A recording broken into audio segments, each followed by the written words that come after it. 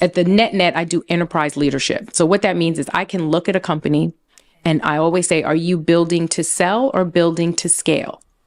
Because if you're building something to create a legacy like Coca-Cola, right? Or Johnny Walker, one of those really big old brands, there's a different methodology that goes into building a 100-year brand than a brand that is looking to launch, get big enough to sell, and move on to the next brand. What's some of the differences?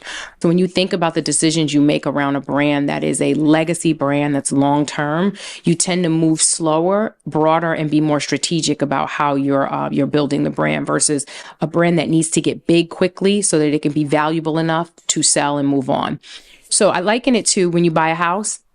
If you're buying a house to flip, are you going to put an $80,000 kitchen in the house? Probably going to put a $15,000 or $20,000, maybe a $10,000 kitchen to get the value up, flip the house and sell it. But if you're moving your wife and kids in the house, you might buy an $80,000 kitchen because you're going to be there for a while. Same thing with business. So if you're building a business quickly, you want to be as efficient as possible versus if you're building a business for the long term, you want to be more strategic and make longer term investments.